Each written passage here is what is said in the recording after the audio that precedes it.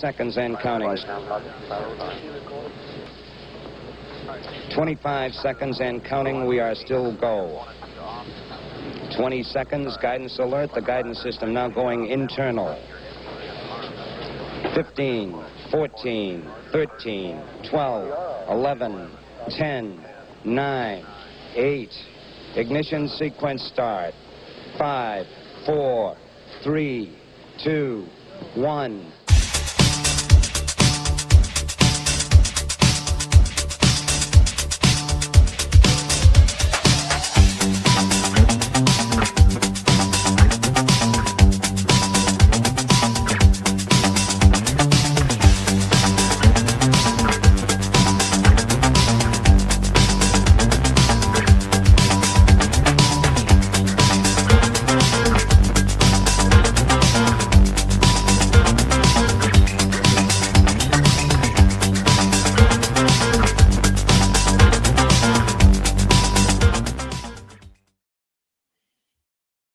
Good evening, a very late evening actually to our viewers in the UK. It's actually early morning in Western Europe, the rest of Europe for that matter, and good afternoon, viewers in the Western Hemisphere. Good morning to viewers in the Pacific Rim, and I believe it's a morning where a lot of you are probably watching now as opposed to having to get up super early in the morning.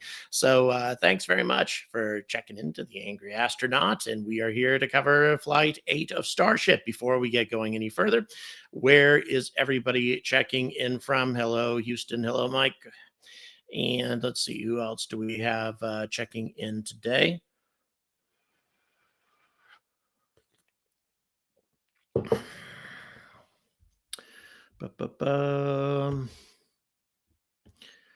Bear with me for, hey, Dystopian. Welcome back into the chat. Yes, very, very late. Yes, I apologize for keeping people up. It's Elon keeping us up, not me.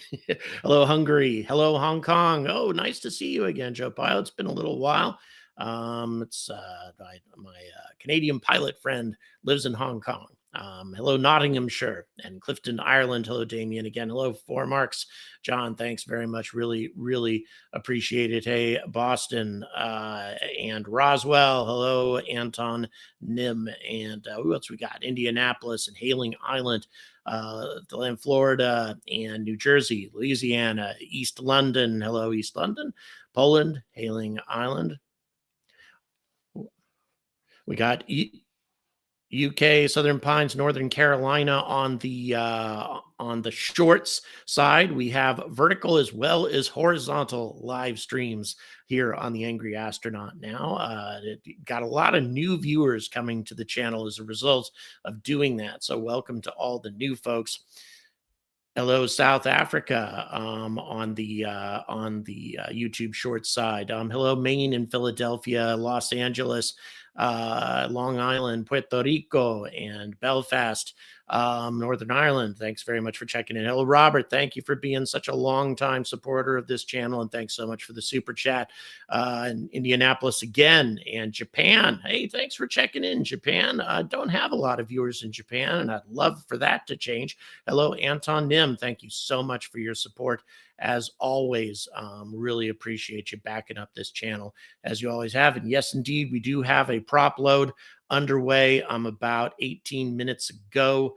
About 18 minutes ago, SpaceX announced that they were going to go ahead and start prop load. So everything is looking very, very smooth. Everything is looking good for a launch. By the way, let's go ahead while we have a couple of minutes.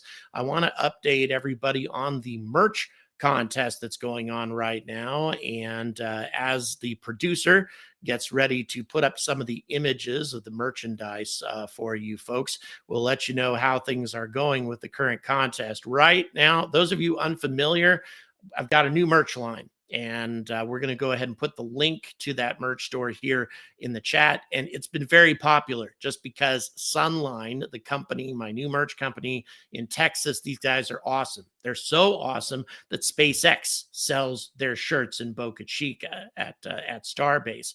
And just really comfortable stuff, much better quality than the stuff I used to have. And so the contest we have is we have a UFO related shirt. We have a Hohmann orbital transfer equation shirt for space flight, and we have one for the Apophis asteroid. And whoever wins gets a week dedicated. We've either have an alien week if it's for UFOs, or we have a space science week if Apophis wins, or we have a space flight week if the Hohmann orbital transfer solution works. Right now, UFOs are running away with it. I mean, big time. So what I've done is it's a very close contest for second place. So I'm going to do a week for first and second place. Right now, between the space flight and the space science folks, it's super close. Also, we have a shirt dedicated to the rescue, the space station rescue with the Crew Dragon, for those of you who are fans of that sort of thing. John, thank you so much for the tenor. Really, really appreciate it. So just wanted to make sure people knew about it. Looks like a UFO or another alien week is likely, just because that shirt is super popular with our UFO fans, but it's not over yet. The contest ends on the 22nd. And by the way, the store closes too on the 22nd. A lot of that merchandise will go away permanently after the 22nd. So in any event, just all the details in the description. And now I'll stop self-promoting there, and we'll get back to Starship. So yeah, Flight 8, very, very important indeed. Once again, John, thank you so much for that tenor, and I really appreciate everybody's support today, whether it be super chats or PayPal, Patreon. All that is so important because there's a lot going on with this channel this year. I intend to go to Australia. I intend to come back to the States to cover another Starship launch in person. And also, I intend to go to the National Archives and check out some of the UFO videos, including a couple that are in the CIA archives, which for some reason they have not uploaded. They have not digitized these for years now. They've made it clear that they have these CIA videos, but for some reason they don't digitize them. So I'm going to personally go to the National Archives and check out those videos and bring all that detail to you folks. So all this, long and the short of it, is all the support that I get from you folks, all that will go to those sorts of that sort of content, unique content that other channels aren't going to bring you, at least not the UFO stuff anyway. Certainly there's a lot of folks bringing Starship today. Obviously this is a very big deal. All of these tests are a very big deal, but in the aftermath of what happened with Flight 7, SpaceX really needs a win right now. It's very odd. We have our 6th anomaly in 8 or so months. And again, it's about 7 to 7.5 months, actually.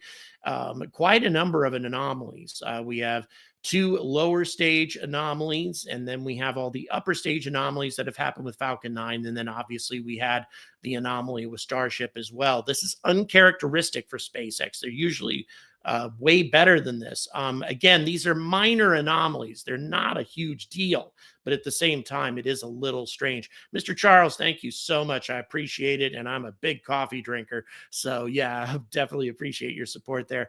And I apologize. Let's see, is it Lynor? I'm probably mispronouncing that. Thank you so much for your generous support as well. 5th and 3rd super chats, respectively, from you folks. Really, really appreciate it. So yeah, SpaceX needs a win here. They need to take a big step forward. They are going to be deploying some dummy satellites, some test Starlink satellites. And again, Starship, enormously, enormously important to the eventual success of Starlink, simply because the larger Starlink version 2 satellites are only deployable by Starship. They found a way to deploy some upgraded Starlink satellites from Falcon 9, but they still aren't the full-fledged upgraded Starlink satellites that are necessary in order to really bump up the bandwidth capability, the bandwidth capacity of Starlink. And that being the case, the Starship needs to get into service for orbital missions. It's very important for Elon's plans for Starlink. In addition to that, of course, we have Artemis, and we took a big hit lately as far as Artemis is concerned today. Not an enormous hit, because there's definitely some positive things that have happened here as well, but still, Intuitive Machines had a heartbreaking event on the moon. We don't know if there's a complete loss of the vehicle, because it's definitely still receiving power, has some operating systems, communication is still operating, etc.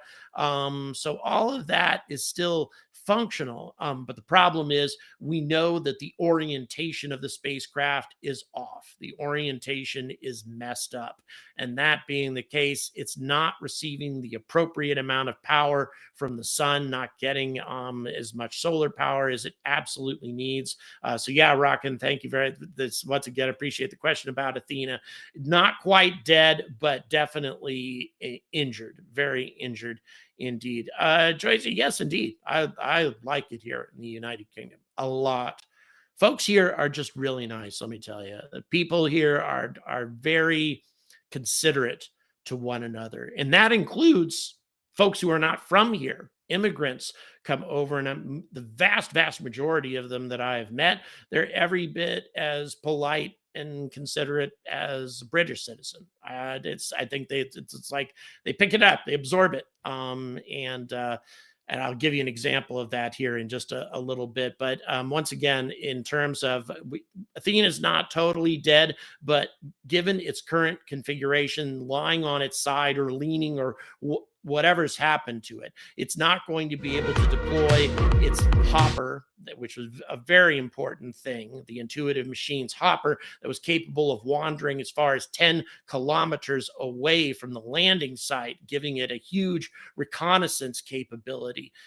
No luck. That's not going to happen. And also, they were supposed to drill into the regolith looking for lunar ice. That also is not going to happen because of the current configuration. So two of the most critical things that this mission was supposed to carry out most likely are not going to happen. And that being the case, it appears that IM-2 is actually a worse failure, or partial failure, whatever you want to call it, than the IM-1 mission. That being the case, though, we need to keep in mind that from all of these failed missions, all 4 of these failed missions combined from CLIPS adds up to one of the unmanned reconnaissance missions that NASA used to do prior to the Apollo missions, the equivalent of what NASA did for Apollo. And they were much more successful,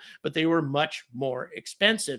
NASA probably has gotten far more experiments successfully executed on the surface of the moon with CLIPS for the same amount of money as NASA got done with their unmanned program. So the NASA Surveyor program, by the way, is what it was called at that time. So we can't look upon what's happened today as an indication that this entire program is a complete failure. It's clear that contracting private companies for cut rate prices for much lower cost than what the old Surveyor missions used to cost with the government program. It's clear that is not as reliable. It's clear that these companies can't get the job done, at least not and make a profit at the same time and get it done as reliably as NASA used to be able to do it. But at the same time, in terms of cost per experiment, as one of my supporters pointed out tonight, yeah, interesting indeed. Let's see. So Really appreciate it. Let's see here, Liam. Thank you. You know what? Let's go ahead and have you can talk to ASN, another space nut, about the possibility of moderation and all that. That would be fine. We don't know all the information about why it failed yet. It shouldn't have failed. The last time it failed was because of failure of the landing LiDAR system. This time the LiDAR was operating properly, in my opinion. But once again, this is just shooting in the dark right now. I think it failed because of the design. I really don't think that a tall lander, a top heavy lander, with legs, with the span of the landing gear being as wide as the vehicle is high, I think that's a messed up configuration. The Apollo LEM was much wider in terms of its landing gear than it was tall. And I think that design is just much better for setting down on uneven, unstable regolith on the moon. I think that's just a much better way to do it. And yeah, I'm really not sure if that's that design is good for landing on the moon. Of course, that being the case, Starship is also poorly suited for the moon, even more so. And I think that Starship is going to be challenged significantly, but hopefully they'll be able to pull it off. They only need to get one Starship down there. Once you can do that, then you can build a landing pad for Starship, and then landings will be much easier. But you need before the landing pad is in place, I think landing there is going to become an extreme difficulty. Yeah, the hopper was called Grace Hopper. In charge, yes, an individual in charge of writing the COBOL computer language. Yes, indeed, a tragedy to have lost that hopper, because it really could have done some incredibly valuable reconnaissance, and had an amazing namesake, a pioneer in the history of computer programming. So yeah, a bummer indeed. But we'll see what happens. Intuitive Machines right now definitely got some has gotten some valuable contracts. Apparently IM1 was successful enough. But here we go. Looks like we're going to go ahead and bring SpaceX on live now. Broadcast from Starbase's new Star Factory building, first, if you don't count Monday.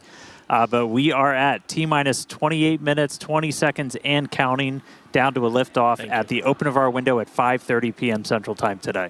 3 days ago, we stood down from a launch attempt after triggering a few holds during the count, which had us hold at T-minus 40 seconds for several minutes, resume the count, and then trigger another automated hold.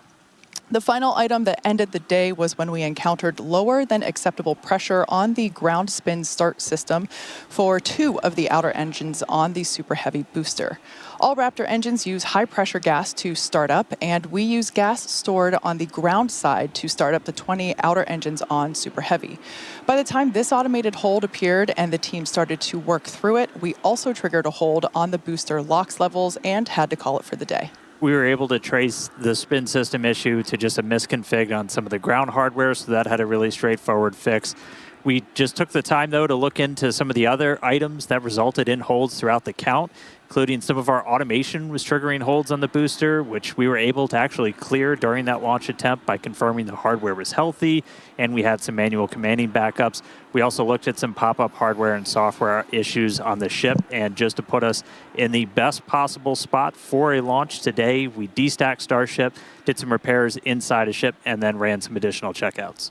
And that brings us to today, just about a month and a half after our last flight, which saw the second ever tower catch of the Super Heavy booster and the first flight of our upgraded ship, which unfortunately ended much sooner than we had hoped. It's important to remember that in development programs like this, progress is not always linear, and there is no comparison to putting flight hardware in a flight environment to learn as fast as possible. We always want to be in the best possible position to achieve our mission objectives, which is why we stood down from launch on our previous attempt and took the time over the last few days to get ready for launch. Now, the objectives for today's flight going to look very similar to Flight 7. As always, primary payload for these flight tests is data. We are planning to deploy some simulated Starlink satellites and fly a range of experiments focused on reentry.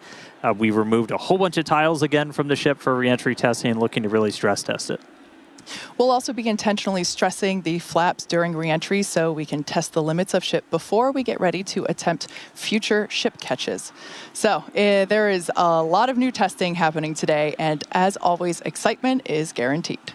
Now, just a real quick status check. So you could tell we're loading prop onto the vehicle. We're able to get through our prop load go, no go just about 40 minutes ago. And we are loading liquid oxygen, liquid methane on both vehicles, not tracking any vehicle problems, issues on either booster or ship. Weather is green right now. Winds at the pad are actually significantly lower than they are even just for us over here at the Star Factory. Just a couple mile difference makes a big change in those wind speeds. And range is currently projected to be go, but we are always watching any boats that are out there in the ascent and the entry. Now, let's take a couple of minutes to meet today's vehicle. Sitting there on the pad, it's the world's biggest rocket, Starship. Starship consists of 2 stages, the ship, which has 6 Raptor engines, and the Super Heavy booster, which has 33 Raptor engines. Both stages are fully reusable. Super Heavy is the most powerful rocket ever flown and is designed to launch, return, and refuel, and launch again with 0 refurb between flights. And then everything else you see around Starship, we refer to as Stage 0. That includes the towers. We've got our second launch tower stacked on the left side of your screen there, getting ready to come online later this year. It also applies to orbital launch mounts, our quick disconnect systems, everything on board. Also the water-cooled flame deflector, which is right underneath Starship. That's a particularly cool piece of engineering. It uses several 100,000 gallons of potable water to offset the pretty intense heat pressure coming out of those 33 Raptor engines at the bottom of the Super Heavy booster at the time of liftoff. Now, you mentioned engines. Of the 6 Raptor engines on the ship, 3 of those are optimized for sea level performance and the other 3 for vacuum. Raptor Vacuum, or RVAC, well, those have a larger exhaust section and expansion nozzle to maximize efficiency in space, as there's no atmosphere up there. The ship as a whole is designed for vertical takeoff and landing on any hard surface. The ship itself has 4 flaps that are used to control its attitude and enable precision landing during subsonic flight. And then for full reusability, the ship has to survive reentry not just once, but multiple times. It does that by using that heat shield, which is composed of those thousands of hexagonal ceramic tiles, which can insulate the vehicle during reentry, temperatures spiking up to about 2,600 degrees Fahrenheit in some spots. And a rapidly reusable heat shield has never been flown on any vehicle in history. So continuously improving the one we have, Starship, is still a key focus of our flight test campaign. And of course, in between our first and second stages is our hot stage. Hot staging is when the second stage engines ignite while still attached to the first stage. There you can actually see a video of our previous hot staging maneuver, or executed on a previous flight. And how the ship's engines light while it's still ignited while the booster's engines are still firing. Basically, the rocket never stops accelerating, which makes it more efficient than traditional stage separation. And then after we launch the booster, we also have to catch the booster. And we do that by using the 2 robotic arms, the same ones that lift Starship onto Super Heavy before we launch. They also catch the booster when it returns. It means we don't have to have any landing legs in the booster. That's a lighter booster. It means we can put more payload, more stuff going to space. Thousands of criteria must be met before the booster can return and be caught. It requires a healthy systems and manual commanding from the flight director. And just like on our previous flights, if that command's not sent before the end of the boost back burn, or if those automated health checks running in the background find any unacceptable conditions on the booster or the tower, they'll kick us out, and the booster can default to a landing burn and a soft splashdown out there in the Gulf. Yeah, we've said it before. We'll say it again because it still holds true today. We accept no compromises when it comes to ensuring the safety of the public and our team. And the booster return will only take place if those thousands of conditions are right. So as the clock continues to tick down to launch, let's say hello to Chris, who's once again posted up in Hawthorne. How's it going, Chris? Hey, Kate and Dan, and welcome everyone to Hawthorne, California. As you can hear and as you can see, the crowd is gathering. Excitement is really building here for Starship's 8th flight today. And speaking of flight, let's talk about the Raptor engines, which have quite a workout ahead of them today. Now, our Raptor engines are designed and manufactured right here in Hawthorne, and they have certainly accomplished some impressive things already. They've powered Starship in its first few flights around Earth, and they've helped bring 2 Super Heavy boosters back for a catch by the Mechazilla system at the launch site. But here at SpaceX, we're always looking to improve our designs, and we do this by using something that we call the algorithm. Now, for Raptor, the algorithm has helped us question the requirements for the engine, find the parts that we don't need, and then optimize the design for manufacturability and reuse. This allows us to simplify designs and drives us toward that rapid, reliable reuse. And as you can see on your screen here, it is definitely what we have done with the Raptor engine. Look at that beautiful family photo. You can really see how Raptor 3 is an unprecedented step forward in design. It eliminates the parts we don't need. It moves a lot of stuff inside the engine. And one thing that it also allows us to do is to delete the heavy engine heat shields that are used on the current version of Raptor today. And what that means is that when we switch to the Raptor 3 engine later this year, we'll be able to save about a metric ton of mass per engine. And when you multiply that by 39 or more engines, that's a lot of mass. And that mass savings actually helps us increase Starship's efficiency and the amount of payload that we're able to deliver to space and to Mars with Starship. But before we get to Mars, we still have a lot of important and critical development work to do. And it's flight tests like today's that help us do just that. Needless to say, the Raptor teams here in Hawthorne are very excited for today's flight and to see their hard work fly, just like all of our Starship teams are today for Flight 8. So Dan and Kate, back to you for some more info on Flight 8. Thanks, Chris. You mentioned development. Let's talk about things that we learned from our last Starship mission. In January, Flight 7 of Starship generated lots of important data. That data led us to change some of our pre-flight testing for today's flight. A major find from Flight 7 was the detection of a harmonic response that was much stronger during flight than anything we had seen during testing. That's right. Rocket engines create incredible amount of noise, vibration that can pass through every component in the rocket itself. Flight 7, we saw those vibrations at a specific frequency. They were also strong in a strong enough amplitude that it was placing a lot of extra stress on some of Starship's propulsion system. And that's what most likely led to propellant leaks that then cascaded into fires and ultimately our loss of contact with the ship.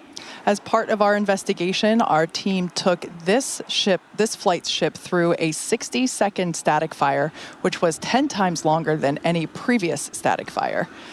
The test cycled through throttle levels to recreate different conditions seen within the propulsion system during flight. You can see that on your screen now.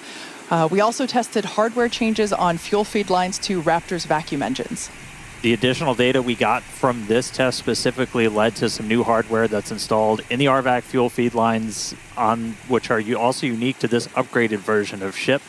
Those feed lines look like large straws. They run through the oxygen tank, and those are delivering fuel directly to those vacuum engines. The new hardware was successful in significantly lowering the strength of that harmonic resonance and relieving the extra stress on the prop system. And then just in addition to new hardware, we made a couple of operational tweaks, adjusting things like the temperature of the propellant as it's being fed to the engines, also changing the throttle level that we're setting those engines at on ascent. We also looked at where fires broke out in the attic, which is the unpressurized space between the bottom of the ship's liquid oxygen tank and the engine heat shields. Fires here resulted in loss of ship on flights 2 and 7, so we took steps to make it more resilient to leaks. We added a hefty purge system that uses gaseous nitrogen. Similar to the carbon dioxide system on the booster, it floods the zone with an inert gas to help prevent a fire. Yeah, we also increased the attic's just natural fire defense. We added some more vent holes that helps to keep that attic pressure close to vacuum. As Starship flies into space, makes it harder for a fire to ever exist. And then on the next generation ship, we're going to do the best thing possible and just start deleting some parts. Yeah, the best part is no part.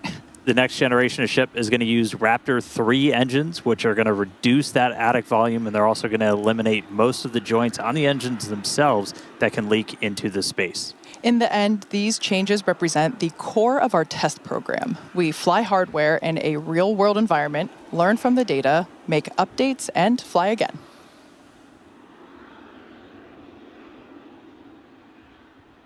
And then today we're going to be attempting to do everything that we didn't get to do on Flight 7. So we're still looking to get our first re-entry with the upgraded ship, while we're going to be really intentionally stressing it again to get data on what the vehicle's boundaries are.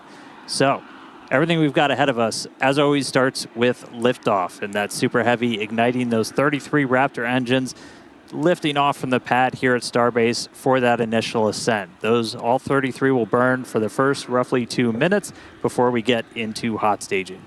For hot staging, the second stage will ignite its engines while still attached to the first stage. That will create that stage separation. The booster will perform a flip maneuver and head on back to the launch site here just behind us. Then we will hopefully see the third ever tower catch by the launch tower. Meanwhile, ship completes its ascent burn, gets into its suborbital trajectory. We've got some extra things we're going to do in space, like deploy those Starlink simulators. Also going to be relighting one of the Raptor engines, one of the sea level engines, before we get into re-entry.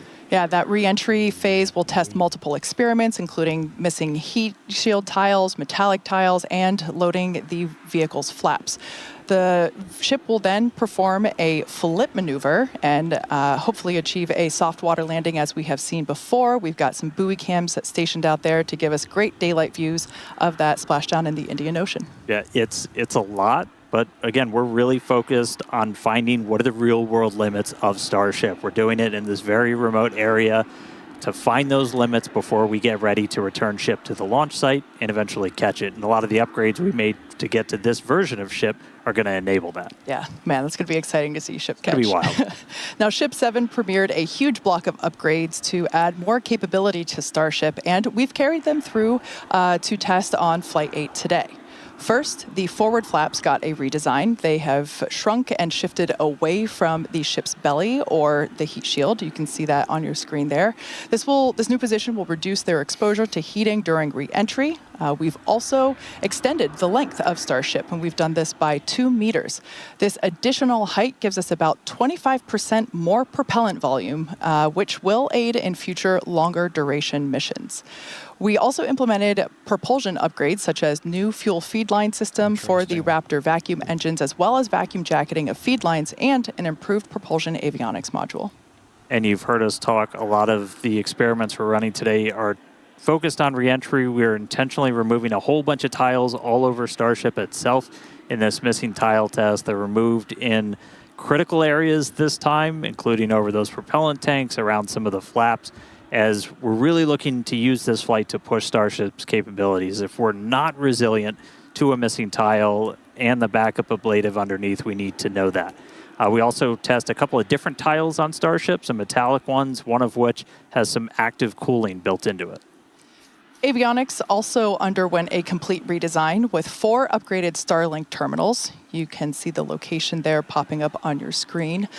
Those now combine Starlink navigation and radio frequency, as well as communications into a single unit. And non-structural versions of the ship's catch fittings have been installed to test thermal performance, i.e. do they survive re-entry, along with a smooth and tapered edge on the tile line to address hot spots we covered and saw in Flight 6. And we've got some radar sensors on the tower catch arms again, as we're just looking at different ways to measure distance between the arms and a vehicle. These ones are actually protected by kind of a modified version of our heat shield tiles. Catching the ship's going to be a little different from catching a booster. One of the key things is it's going to do that flip right before its landing burn that rapidly reorients your antennas, which you're using for navigation. So those extra sensors on the ground side help just add more layers of control as ship and tower talk together for the catch. And in another first, Starship will deploy 4 Starlink simulators. They are similar in size to our next generation Starlink satellites. Starship will have the ability to deploy our advanced V3 Starlink satellites, which will help further Starlink's impact in the coming years as we work to expand access to high-speed internet all around the world. Each Starlink V3 launch is planned to add about 60 terabits per second of capacity to the Starlink network. To give you some perspective, that's about 20 times the capacity we're adding right now with every V2 mini launch on a Falcon 9. Those Starlink simulators that we're going to deploy are on the same suborbital trajectory as Starship itself. They're expected to demise upon entry. Starship's trajectory looks super similar to our last couple of flights. Splashdown is targeted for the Indian Ocean. And then on top of all of that, again, we are planning to relight one Raptor engine while in space. That just helps us get data on the in-space burns and show Starship is capable of deorbiting. Speaking of deorbiting, thanks to Starlink, one of the hallmarks of the Starship missions are the incredible views that we get throughout flight, and especially during reentry, as evidenced by many a phone and desktop background around here. Yeah. Every day, we're working to expand the Starlink network both on Earth and in space. For how this all connects us to the big mission, let's head back to Chris. Thanks, Kate. Personally, I love all those epic views of the plasma wrapping around Starship during re-entry. Can't wait to see that later today. And fans of Starship may know that Starlink enables us to bring you lots of unprecedented views, both from space and here on Earth. Starlink is the world's largest satellite constellation operating in low Earth orbit today to deliver high-speed, low-latency broadband internet and connectivity, specifically for missions like Starship today. And as you can see on your screen, Starlink brings us many other views because of its capabilities. In addition to the dozens of cameras on Starship itself, we have mobile camera kits with Starlink deployed in the Indian Ocean, which is what you're seeing some footage of right now on your screen from a previous mission. You'll notice the Starlink mini dish in the foreground here as Starship lands in the background. Just what an image that captured from an earlier flight. Now, Starlink also connects our aerial and cinematography units on the ground at Starbase, which will help us deliver the incredible drone shots leading up to launch today. And here on your screen, you can actually see us moving the flaps, preparing Starship for flight, making sure all of the aero surfaces that need to move during flight can do so in the way that we need them to. Now, on Starship itself, Starlink will enable Starship today to stream more than 120 megabits per second of real-time, high-definition video and telemetry in every phase of flight, including views like you're seeing right now of those flaps moving. This not only helps provide those views, but it also helps give our engineers an incredible amount of data to help us rapidly and iterate across all parts of the system as we move through our development program. And all of the streaming data today will definitely be put to good use with the more than 30 cameras on the vehicle for flight. But providing epic views is sort of a side quest for Starlink. Its main job is obviously to provide internet access for people around the world, many of whom who have never had connectivity before. Now, today, Starlink serves more than 125 countries, territories, and other markets with over 5 million active customers and counting. And there are just so many inspiring ways that people are using Starlink all around the world and in space. And hopefully today, in a few minutes, everyone will get to see more inspiration about what our future in space looks like. And Dan and Kate, how are we looking for Starship's flight today? Thanks, Chris. We are looking forward to those views as well. In fact, we're getting ready to launch Starship in just over 8 minutes. Now, as for a couple status updates, working no major issues on the vehicle. Range is emerald green, you could say. Everything looks great in terms of the sea and airspace here in the Gulf of America, as well as in the Indian Ocean. Of course, we want to make sure both areas are clear as the ship will be splashing down in the Indian Ocean while the booster's going to be coming back to us at the launch site just a couple miles behind Dan and I. Weather, you could call it a silver lining that we had to delay from Monday because holy moly, visibility is 1,000 times better today and it's going to make for some really great views. Now leading up to today, we did stack the vehicle later last night. Flight controllers reported to their consoles earlier today. The site was cleared and the range team was deployed. That's right. And a lot of checkouts have happened just throughout the day, aligning our guidance, navigation, control, getting all the tanks ready for prop load, which has about 4 minutes left to go. You can see us almost topping out on ship, getting ready to top out on booster. And then it also includes getting all the ground support systems checked out, ready to go. Chopsticks were demated, did their wiggle test in advance of their upcoming catch opportunity. So as I just said, prop load's ongoing. We've got a little over about 4 minutes left until, or about 4 minutes. What's 7 minus 4? 4 minutes until we get to closeouts on ship and on booster. We did just hear that the range did pull again green. So we're not tracking any issues right now. Bottom line, things are looking great for launch at the top of our window at 5:30 p.m. Central Time. Yeah, very exciting. Now, once again, we are attempting to catch the booster at the launch tower. If that happens today, it will be the third ever booster catch. This is an aspect that I really enjoy, and it's how the vehicle announces that it is back. It lets you know. Oh, yeah. This comes in an audible sonic boom in the area around the return location, which occur when the booster slows down from traveling at supersonic speeds. Similar sonic booms were heard during the return and landing of NASA's space shuttle. Yes, sonic booms are unique to vehicles returning from space. They're kind of a hallmark of reusable systems like our Falcon 9 rocket and Falcon Heavy. General impact to those in the surrounding area is that brief thunder-like noise. I've been fortunate enough to be here for all of them so far. They definitely let you know the vehicle's coming. Here's a little bit about what it's like to experience it.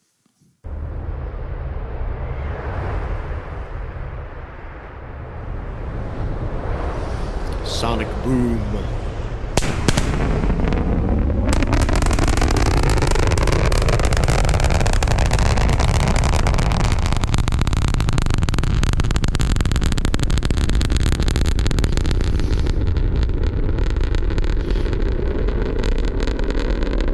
Did that have music, producer? And as someone who grew up hearing those sonic booms as the shuttles landed in Florida and now hearing them for Falcon and Starship as well, they really are something to experience. And when you hear them, you just know it's a spaceship telling everyone that it wants to be reused. Great sounds. So as you can hear, the room is getting excited here in Hawthorne. The crowd eager to see Starship fly, as you can see. And here, now behind me in our flight control room here in Hawthorne, you can see some of our folks on console. They're assisting the flight controllers in Starbase, keeping an eye on all of Starship's various systems, including its avionics and those Raptor engines we talked about a little bit earlier. So Dan and Kate, with 4 minutes, 20 seconds left on the clock, let's hit it back to you at Starbase and hopefully watch Starship lift off today. Thanks so much, Chris. Now, if you're just joining us, we're now just about 4 minutes until the liftoff of the 8th test flight of Starship. As we reported earlier, range and weather are both very green, super green, if you will, and everything is looking good. Propellant loading continues to happen. We're going to be closing out very soon on both stages of Starship. Yeah, we're almost fully fueled on our tanks. We're going to see that closeout coming in just about 30 seconds on ship. So that's both the main and the header tanks. And then about 30 seconds later on booster. Once prop load is complete, we got just shy of 1 million pounds of liquid propellant. That's liquid oxygen, liquid methane onto both vehicles. All of our ground systems will do what's called pushbacks. They'll clear all those feed lines. We're not continuously replenishing the propellant on board Starship or Super Heavy. That's why we essentially have several minutes where we can hang out at that T-minus 40 hold point before we start to run into issues with temperatures or just those LOX levels, or that LOX level on the booster is one of the main things that we watch. So we're also going to do a couple of final checkouts. We'll do one final one of the thrust vector control, the TVCs on the booster. We'll see them hopefully do a little bit of a wiggle test. The first one comes at about 1 minute 40 seconds before launch, and then the last one comes right as we pass that T-minus 40 gate. Again, if we need to hold, which we held a couple of times on Monday, we can do so at that T-minus 40 second. We're not currently tracking any issues that would hold us there, but if we do run into that, we can hang out for a couple minutes. That would be the point in the countdown, as we mentioned on Monday. That T-minus 40 second point is when we can pause to hold for final checkouts or pressurizations if necessary. But once we pass that T-minus 40 second mark, a number of things are going to occur in rapid succession. The ground spin and ignition systems will come up to flight pressure. The ship goes to internal power. And after that, the quick disconnect or QD arm lockout. That's removed in preparation for retraction shortly after T0. Once we pass T-minus 40 seconds, as we saw on Monday, we had the ability to recycle the count under certain conditions back to that T-minus 40 second mark and hold there to assess what happened and if we're able to proceed to T0. And like we said, that we can hang out at T-minus 40 for several minutes before we start running into some limits, essentially. On our propellant on board. There are a couple of other things, like if we pass the T-minus 10 second point, and and the water starts to 90 flow in that flame seconds, guys. deflector. Here and we we go. scrub. That's automatic scrub for the This day. is looking very, very good. There's our TVC, our thrust vector control checkout. It's got a little bit of a wiggle there on those inner Raptor engines, those 13 inner ones, which are going to be used for that boost back burn and the landing burn. So cool to see those. Yeah, I love that shot. We don't have that on Falcon. It's just so cool to see really the business end of the Super Heavy booster. Now we're down to 60 seconds. Godspeed, Starship. Let's see this work.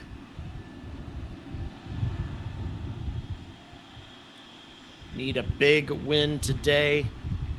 Let's hope it happens. 10 seconds away from that T-minus Mitch, 40 yes, it is. hold. Indeed, We'll it see. is live. We got past the 40 point. Here we go. Up. All right, we are going to hold at T-minus 40. We're at a We're 40-second watching hold. the temperatures on the ship right now for the ship fuel. Okay, let's see what the problem Sounds is. like they're working through that. We might be able to release that BJ, hold thank shortly. you so much. Really appreciate your support, your ongoing support. Thank you, BJ. So once again, they can stay in this All right, status sounds for like a we're going to be little able to while. reset those holds, not tracking any other holds. And clock is rolling. Up, here we go. Here we go. And the clock is rolling once Not again. much of a hold at all. Here Now we go, T-minus guys. 30 seconds till the liftoff of Contact the at 1, 8th flight flight of Starship. Our Gordon, flight thank you director, so Joe much. Really Schleicher, today is appreciate it. go Here for we go, launch. guys. Let's listen in as he takes us through the final Starship seconds of the flight count. happening here today. T-minus 8, 7, 6, 5, 4, 3, 2, 1. There. Beautiful view, engines going. We got the call. Here we go. Vehicle pitching down range. What a spectacular shot. And SpaceX out to themselves. Good shot. Booster average pressure nominal. Just beautiful. Beautiful looking liftoff.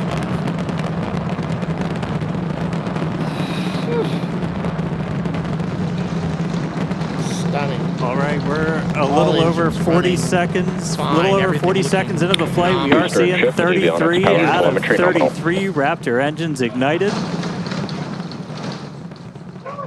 Boosters pushing us downrange over the Gulf. Next milestone coming up in just under 10 seconds is going to be max Q, that max aerodynamic pressure.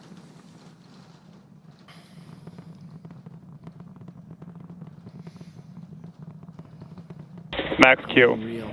Wow.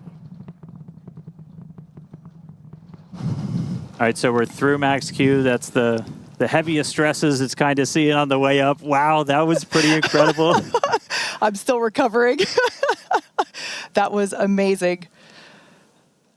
Beautiful views of the vehicle on ascent, pitching downrange away from the launch tower.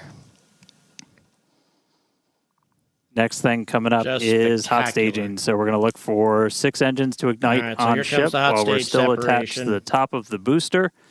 We'll see all but those 3 center engines shut down on booster.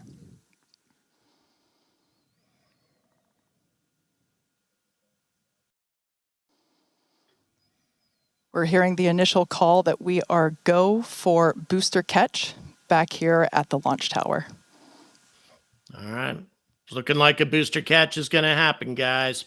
Here we go. Coming up now All on hot engines staging. going. Man, this is The looking ship's engines as will ignite flawless while as you still can attached imagine, at least to at the the moment. Super Heavy booster, and also while Super Heavy booster will still be under power itself. The clamps holding the 2 stages together are going to release, and Starship second stage engines will Booster engine ignite. cutoff. There we go. Hot staging is, Ship engine startup. yeah, very well done. Very well Stage separation. executed. Hot staging is becoming just a very Booster common thing startup. these days. And now the booster heading back. There we go. Chip engines, all 6 Raptors ignited. Just dropped We're doing off on that boost Super back Heavy burn. From those central Looks like we core. got They 11 may of the be able to 13 that we reignite command them for later that, this so evening, that's going to start but they sending we the have booster 2 back. We are still go for engines booster out, return, even with 2 Raptors out during that boost but back. they're We going can do to a get full the booster duration one. back anyway. Raptor It's came up not as nominal. Looks like we got a necessary ship, for 6 the engines catch. heading into space. It is, and then we got a booster little hopefully on curious our that way we do back have those 2 to Raptor malfunctions, Starbase. but How's everything going in overall, Hawthorne, Chris? we should still Everything be able to is looking good. The crowd eagerly followed that ascent and now watching the booster coming back.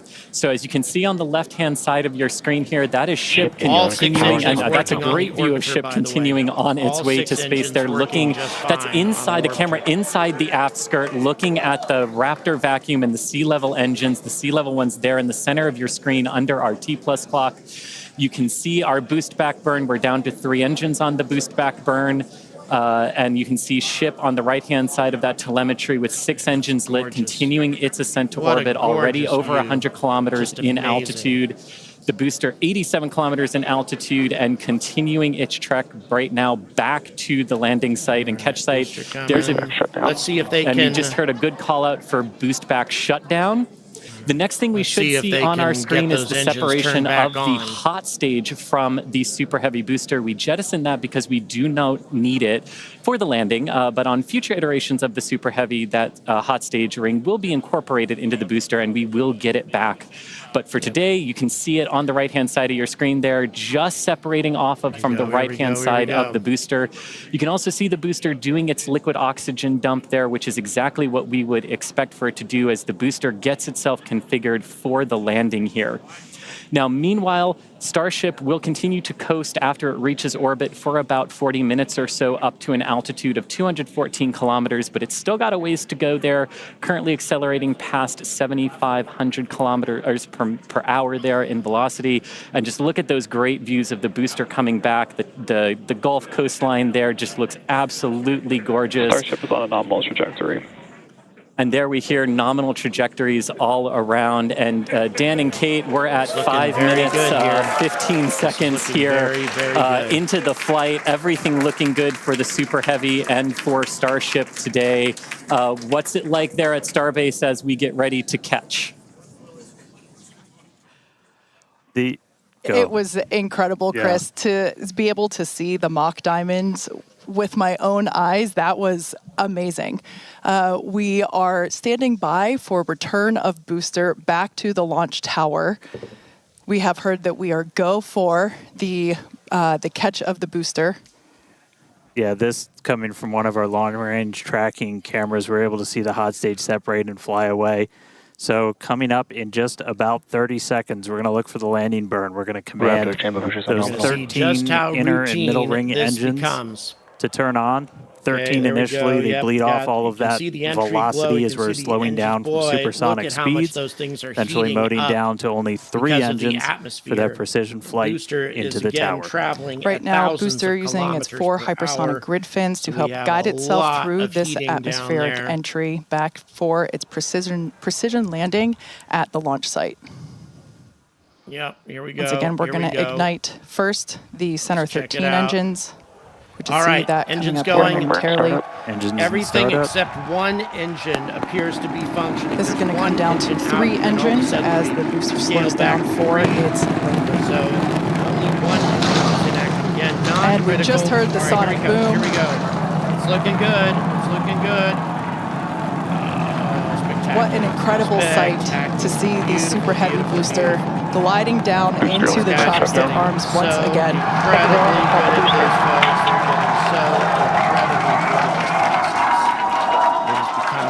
Nothing short of stuck the landing.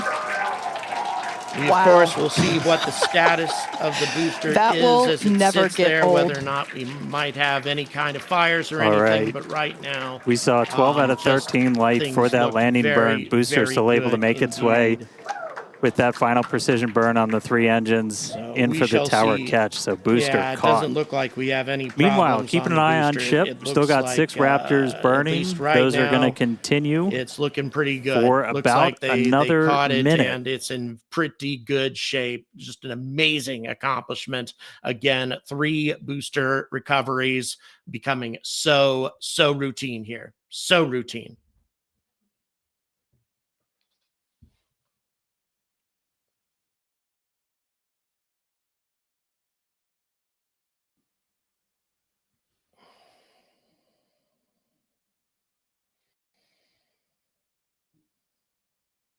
What? Three engines are out on Starship and it's beginning to tumble. Oh my God, look at it go. Look at it go. Oh my God.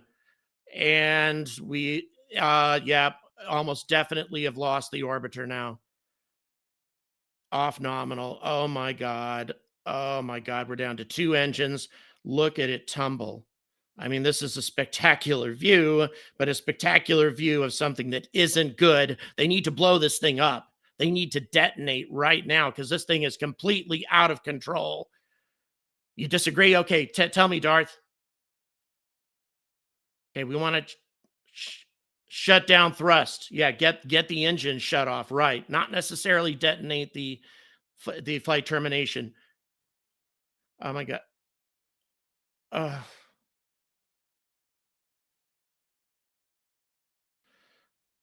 Oh God. Oh God.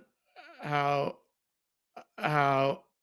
that's okay, but still have 1 engine going. Man, they need, I don't think they have any control over this thing at all since the engines are still operating. They need to shut these things down because as the engines remain up, okay, finally, thank God the engines are out. Thank God the engines are out. All right, folks, I need to make one thing very clear. If you are in the Caribbean, you need to keep your eyes open. All right. We don't know how far Starship, I'm being serious here. We don't know how far Starship drifted off of its trajectory. It could very well be burning up over an island right now. Some of the islands in the Caribbean. If you are in that region at all, you need to keep your eyes open and take cover. Take cover. It is possible that Starship may have drifted outside of its re-entry corridor, and this could be a dangerous thing indeed. Hopefully it didn't go that far off course, but those engines were burning so long while it was in that tumble phase. Again, guys, if you are anywhere in the Caribbean region, just please get to cover until we know where this ship is going to burn up.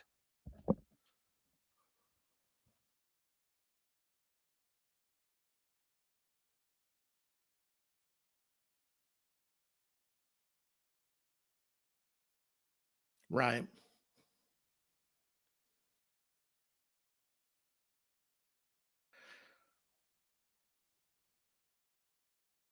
Right.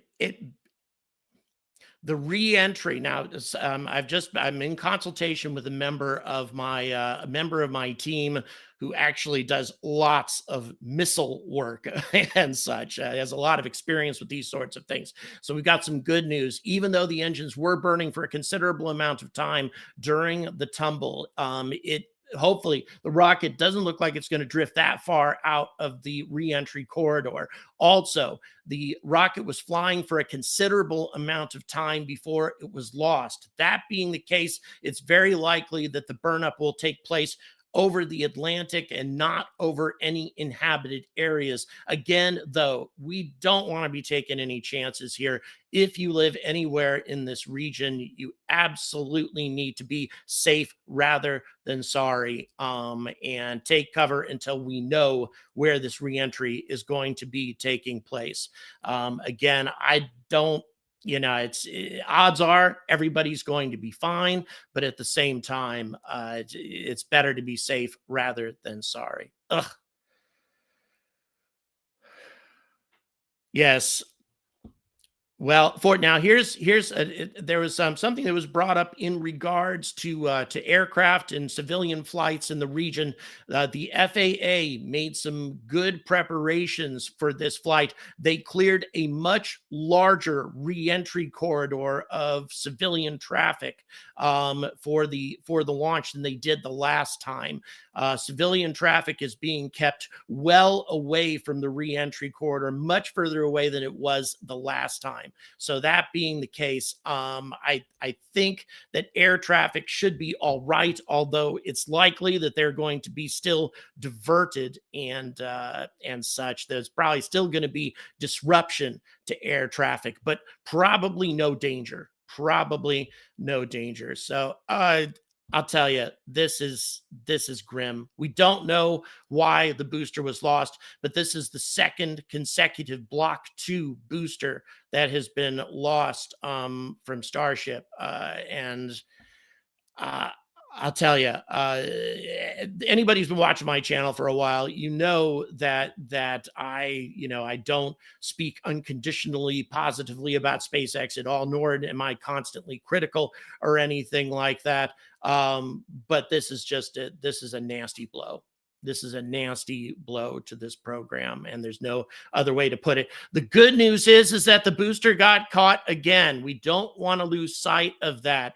This is almost becoming routine, that booster measures catch, in place, like debris response areas where we coordinate very closely with air traffic control. We have a lot of measures put before we ever launch a rocket Starship in work right now. So just to recap real quick, everything we saw, we lifted off right at the top of our window, essentially at 5:30 p.m. Central Time. Booster was able to get us all the way up into space, made its way back here. It's sitting on the tower right behind us, our third ever catch. Starship ignited all 6 of its Raptor engines. It was just about 20 or 30 seconds away. We'll get exact times from the end of its ascent burn when we started to see some engines go out. We also need to mention, can we go ahead and yeah, silence them, please? And once again, I don't want to make it sound like I think that what SpaceX is saying is unimportant here or anything like that. But at the same time, they're going to have to be very guarded about anything that they say at the moment. This, certainly this is essentially a brand new rocket in many respects. We have to remember what happened to the first couple of flights of Starship at the beginning of this process. It blew up on the first couple of flights as well. In many respects, now that we have this Block 2, in many ways, this is a new rocket also, and I really had some issues with this. They flew this thing again really, really fast. The investigation as to exactly what caused the failure in January and what to do to correct it to make sure that it didn't happen again, that investigation is actually still in process. The FAA gave a green light to SpaceX before the investigation was complete. Now, I'm not saying that that was necessarily a bad decision. I'm simply saying that that SpaceX didn't have a lot of time to correct whatever problems may have been in place on that last flight. They do things very, very quickly. SpaceX fixes problems and flies again very, very quickly. But at the same time, this happened. They turned this around and flew very rapidly, and there obviously were still problems in place. So now obviously the FAA is going to trigger another investigation. Although I think it's very likely that Elon will be able to get Starship to fly again. Probably in a month and a half, something like that. I would say that there's a decent chance that we're going to have another flight by the end of April. Not necessarily because that's a great idea, but because of the amount of power that he wields in the government, he can basically make anything happen that he wants. I mean, it's as simple as that. He wields that much authority. So that being the case, his solution is going to be, let's fix it and try again. And the only way we're going to know exactly what's going wrong with these rockets is by analyzing the failures. And they will analyze this failure as they analyzed the last one to see to see how to rectify those issues. So yeah. Again, I don't want to go ahead.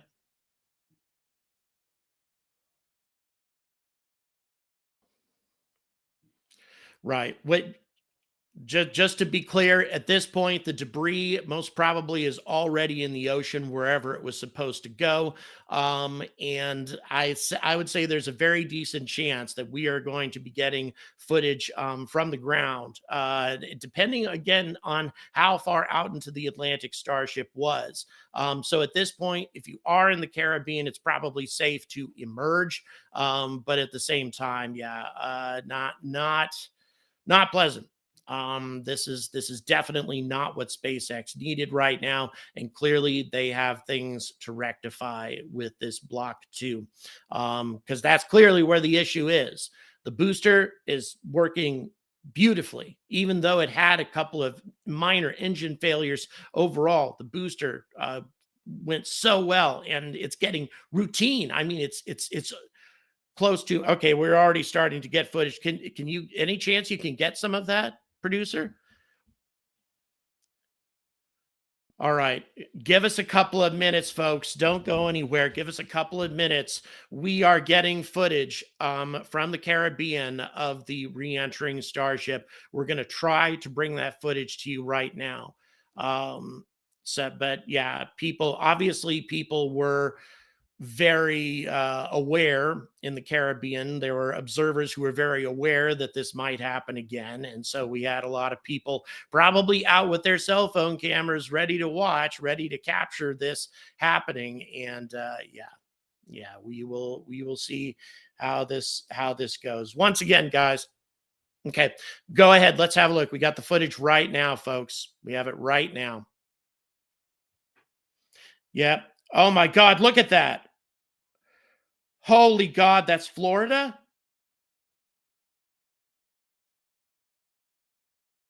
We have debris. Can you replay that? Can you replay that? We've got debris coming down. Okay, this is...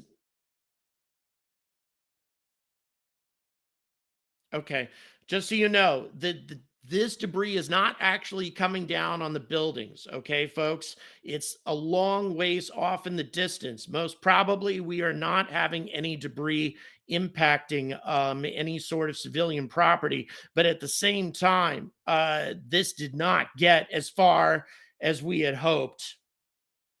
All right, we've got another piece of footage for you, folks. Oh, ugly. There's no other way to put this. It's ugly. Yes, that is our main emphasis right now. Because it did not appear to make it all the way out into the Atlantic. We are hoping to God that this debris did not hit any populated areas in the Caribbean or in the Florida Keys, anything like that. Here's more. Yes, here's more debris over the ocean. Oh my God. Wow. Yeah, I mean, there's no other way to put this. It's ugly. It's just ugly.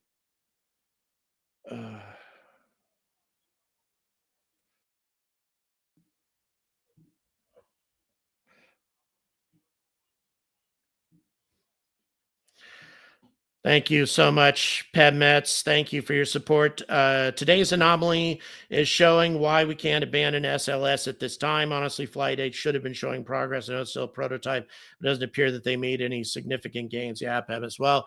If anybody who watches my channel, you've known that that's been my opinion from the beginning. We're not ready to give up on SLS. We're just not. We have even though it's expensive, wasteful, so many things wrong with that rocket. But here's the thing. It got its cargo to the moon on the first attempt. Andrew, that is highly okay. We have cruise ship footage now too of debris coming down. We're going to bring that to you as well. Andrew, I think it's highly unlikely. Again, not necessarily because it's the best thing, but because of the authority that Elon wields in the government. I don't see that being brought down. But then again, it's hard to say. I mean, Trump ain't a big fan of failures, so we'll see how this goes. But again, that's all politics. My main concern is that people I just hope people are safe. My main thing is I just hope people are safe and that this debris isn't causing any isn't damaging property, isn't endangering any lives. This is just ugly. More shots of debris coming down. That looks promising. That debris definitely is coming down over the ocean. At least appears to be. I hope we don't have anything coming down over Cuba. That would create a massive international incident. Let's hope not. Go ahead, Darth.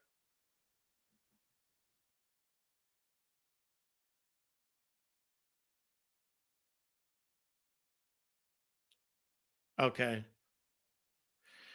Okay, so the debris we are looking at right here, again, according to my team member who has a lot of experience with rockets, this debris is way up. We're talking 50, 60 kilometers, maybe even more. So wherever it's coming down is beyond the horizon and therefore way beyond any sort of populated areas, at least as far as we can tell.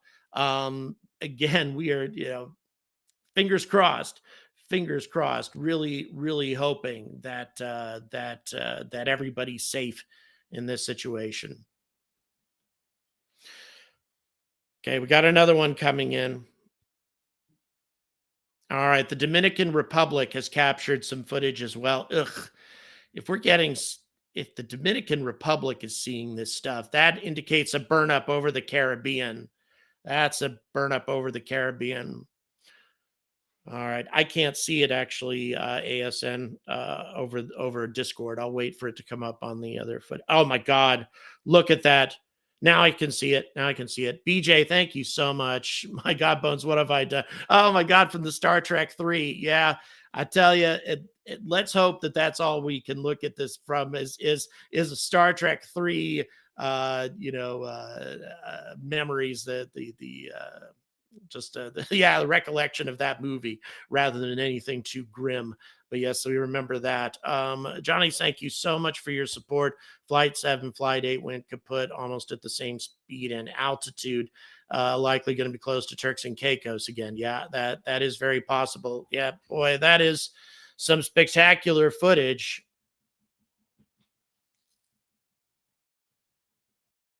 Okay. All right. So it looks like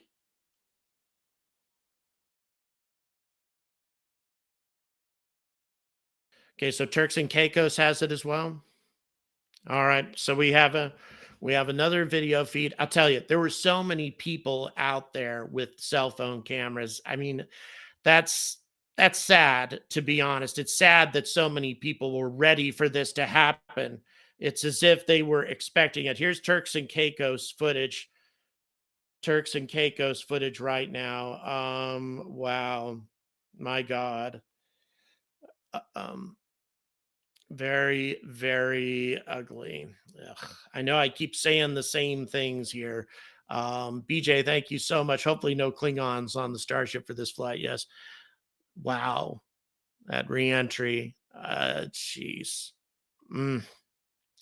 This is not what any of us wanted to see. Obviously, this makes for some exciting content or whatever, but this is the last thing that any of us wanted to see. This is the future of landing on the moon. Starship is the anointed vehicle to put human beings on the surface of the moon with HLS, with the human landing system, and that whole plan has taken another nasty blow.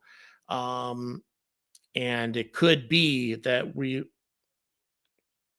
okay, here's another one.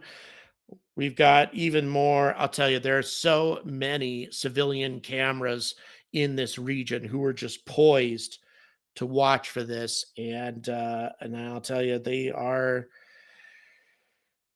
producing results. We are seeing some.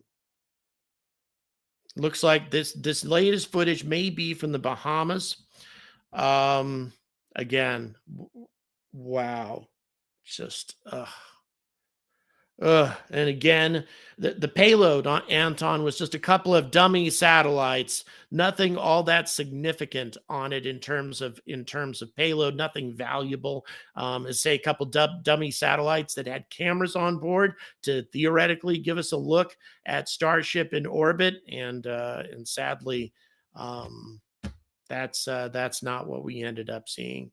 That was ugly indeed. So yeah, and the thing of it is, even with SLS cannot land on the moon. All right, we've got another Florida. We got more Florida footage right now coming up right now.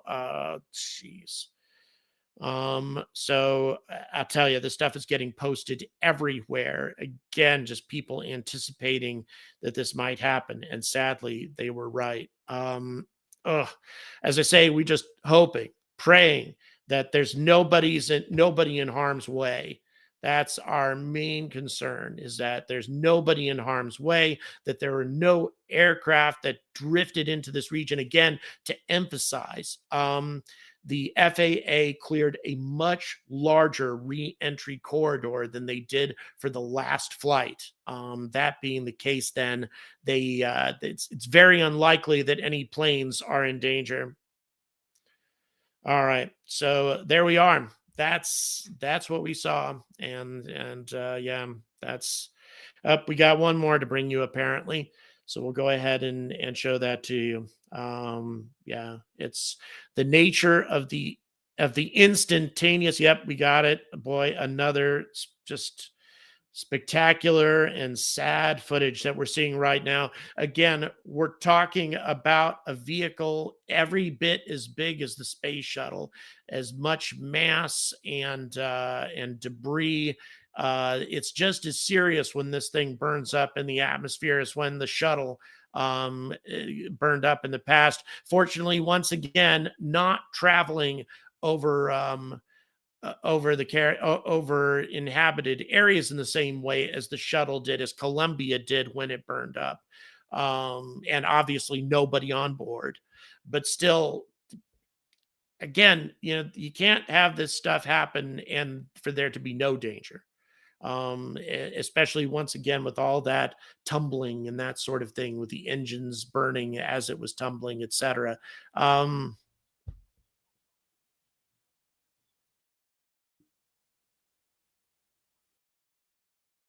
All right, we're going to run one more of these, folks.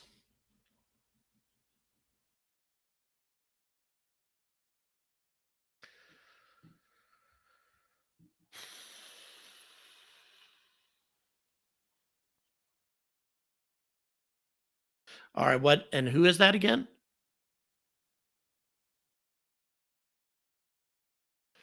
All right.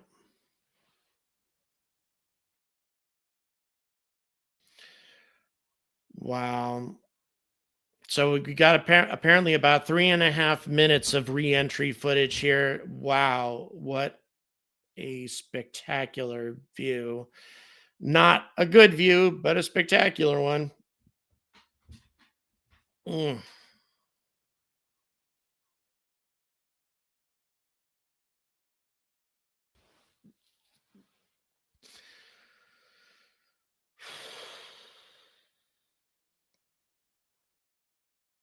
So according to my team member, this looks like maybe from a Florida perspective looking south. Wow, that is just stunning. Yeah, probably so.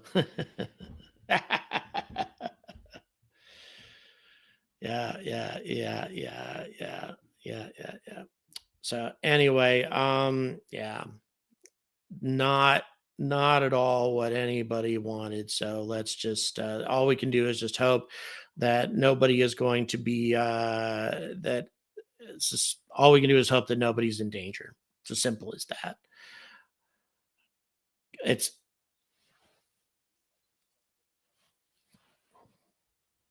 All right.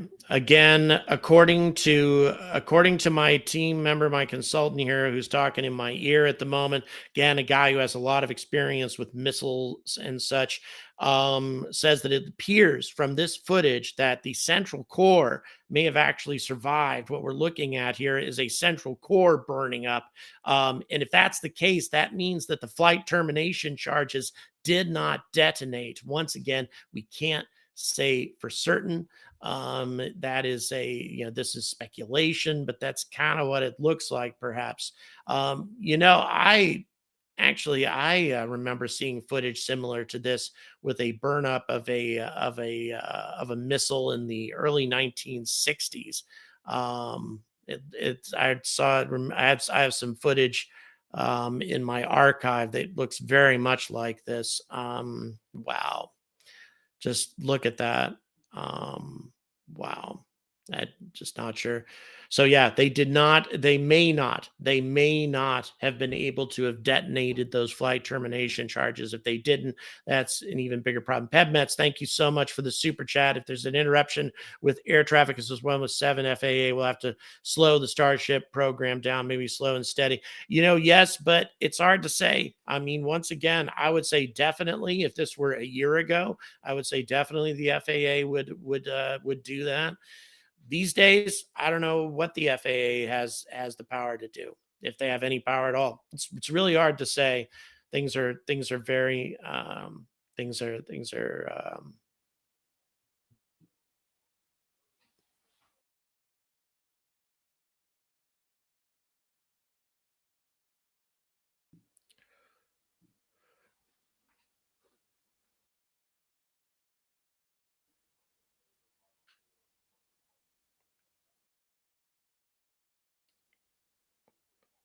yeah.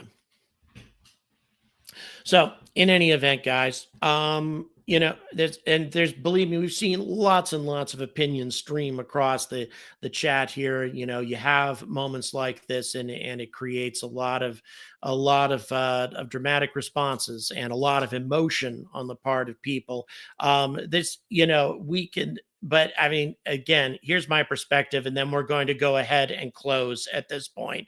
It's because I mean, we could probably show you footage. Okay, my producer's begging me to show one more reentry video. We'll go ahead and show that to you. These things are just popping up everywhere, though. But oh my god, wow. Most probably somewhere in the Dominican Republic or possibly Haiti, looking north. No, it's Bahamas, actually. No, I'm sorry. It's in the Bahamas. It's in the Bahamas is where this shot is from, actually. Again, very spectacular. So once again, we want to go ahead and reiterate here. This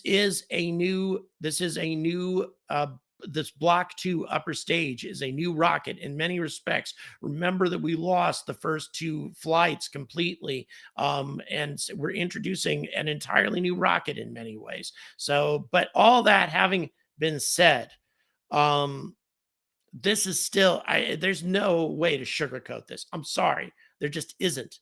This is a setback. This is a significant setback to have this happen twice in a row, to have a re-entry over the Caribbean twice in a row, to have debris coming down, even though there's definitely no civilian flights in the area, having burning debris plunge down through civilian flight corridors twice in a row. Sorry, there's no way around this. This is a setback. I am confident that SpaceX can bounce back from it. I am confident that Starship will be a successful interplanetary transport system in the future. But at the same time, this is not what SpaceX wanted to see today at all. And it is most definitely a setback. Thanks again for watching. Please don't forget to like and subscribe. Also, don't forget the merchandise link at the top of the chat.